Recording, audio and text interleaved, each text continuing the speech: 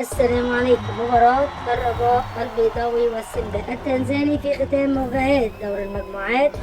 أرجو وضع اللايك والاشتراك في القناة ليصلكم مني كل جديد، حيث يستعد فريق الرجاء البيضاوي المغربي كي يستقبل نظيره فريق سمبا التنزاني في الجولة السادسة والأخيرة من دور المجموعات بدور الأبطال، وذلك في مباراة سيحتضنها استاد مركب محمد الخامس. ويتربع الرجاء على عرش صدارة ترتيب المجموعة الثالثة في دوري أبطال إفريقيا، ممتلكا في رصيده 13 نقطة ضمن الصدارة بأفضل الفرق في دور المجموعات حتى وقتنا هذا. ولعب الرجاء 5 مواجهات بواقع 4 انتصارات وتعادل وحيد، ولم يتذوق طعم الهزيمة، بينما يحل فريق سيمبا في المركز الثاني بجدول ترتيب المجموعة ممتلكا في رصيده 9 نقاط.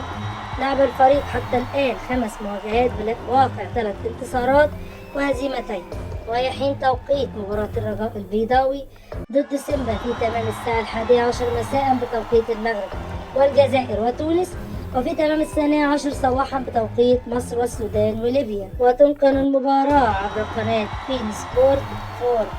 بنتمنى التوفيق لمنتخب الرجاء البيضاوي، وأرجو وضع اللايك والاشتراك في القناة ليصلكم منا كل جديد، ونستمر معكم البث بدون تقطيع.